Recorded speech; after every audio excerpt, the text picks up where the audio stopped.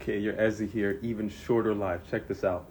Okay, so many of us here in these quote-unquote spiritual communities, in our religions, what is the intention? Is the intention to awaken? Okay, once we've become awake to certain things, is that it for us? Is that the tail end? Or have we just begun a process that's going to take work and dedication?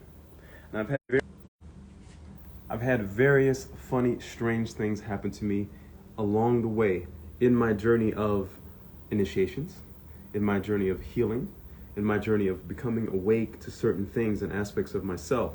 And one of the things that I've realized, and that I want to also encourage all of you who are on this journey, is it's a journey of awakening.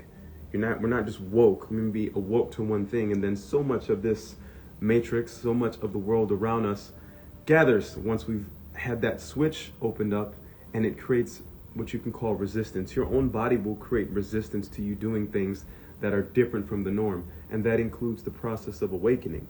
So I would ask those of you who are on the journey to continue to gather with people who also help to augment your chosen path of awakening.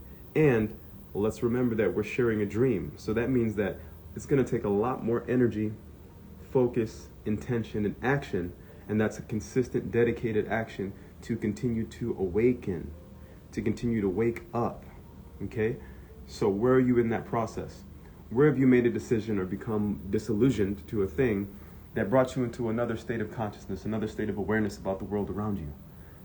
Whether for the good or for some things that maybe you don't like. Those are gifts.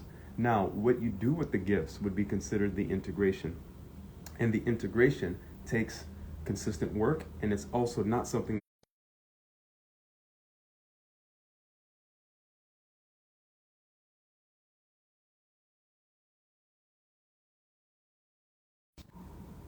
must have said a keyword.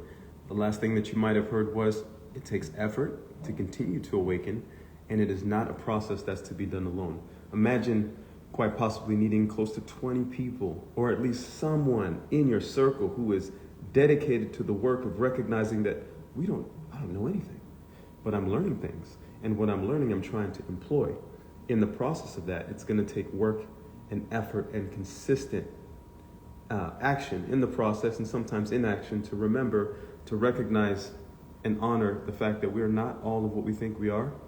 We're many different identities and personalities that will battle to maintain themselves, aka the ego, even though it's not the enemy. And also, it sometimes takes things called rules or support. It takes guidance and even submission. Now, what is the submission to? Submission to the remembering that a lot of this is in us. A lot of what we're afraid of, we already are. A lot of the stories that we create, we're the ones creating them, and then we give them power over us. So my question for you is, what has been your story? How is it benefiting you? How is it benefiting the people around you? Are you willing to, able to discern and then reach out for assistance in the process of your awakening? And are you open to the possibility that one, it is a long-term journey, right? And two, it's very easy to fall asleep. This is the land of lullabies. Mexico, the land of the dreamers. People, communities, whole societies have disappeared, right? But is it a disappearance, or have they transitioned into a new way, into a different vibration, into a different dimension? So as we're navigating, I want to invite you today to ask the questions. What is it for me to awaken? I've become awoke to something. Now look back.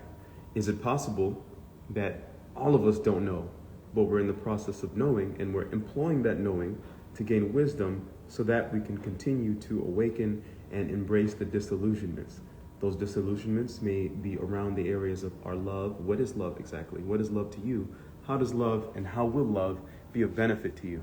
Two, how are you going to navigate the learning, the things that you do learn? How do you employ them? Are you willing to unlearn? Are you around people who feel like, they know it all? I don't know it all. I'm still learning, and I'm still reaching for, and I'm putting the practice in to identify areas where I wouldn't even know to ask the question. So the question I have within myself is, what questions don't I know to even ask? And this is where other people are of benefit, support is of benefit. Two, I know that this isn't a solo project. So although I take time to myself, in that time I'm contemplating the assistance, the wisdom that's come to me throughout the days, throughout my journeys, throughout the years, through these initiations to help me. And then what is your intention for awakening?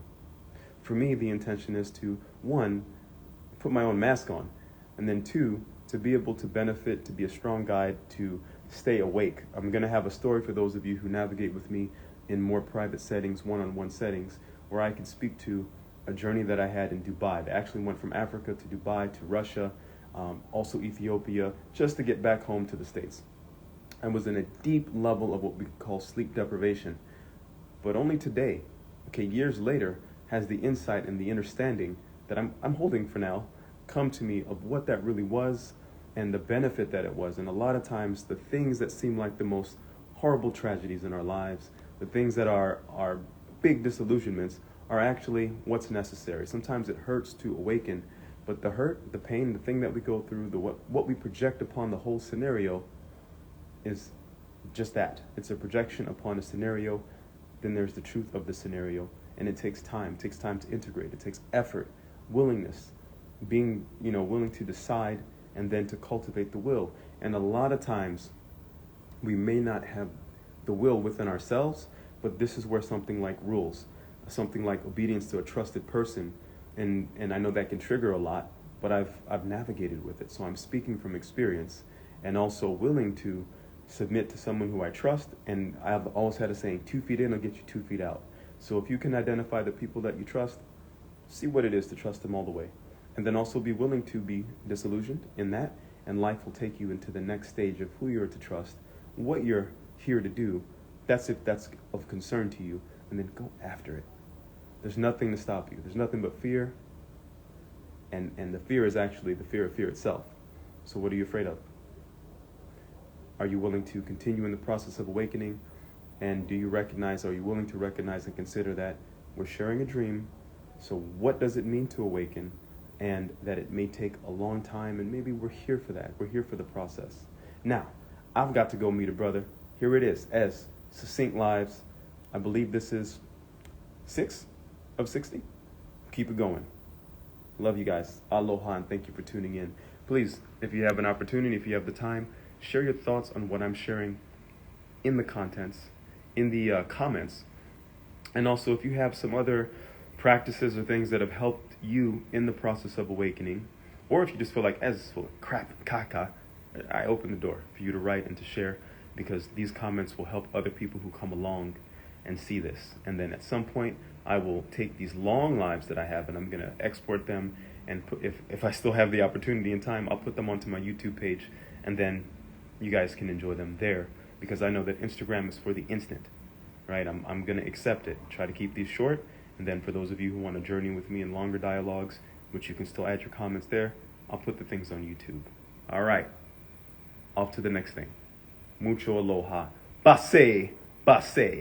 Hunab Maya, what's up? Courtney, my dear, what's going on? My original me.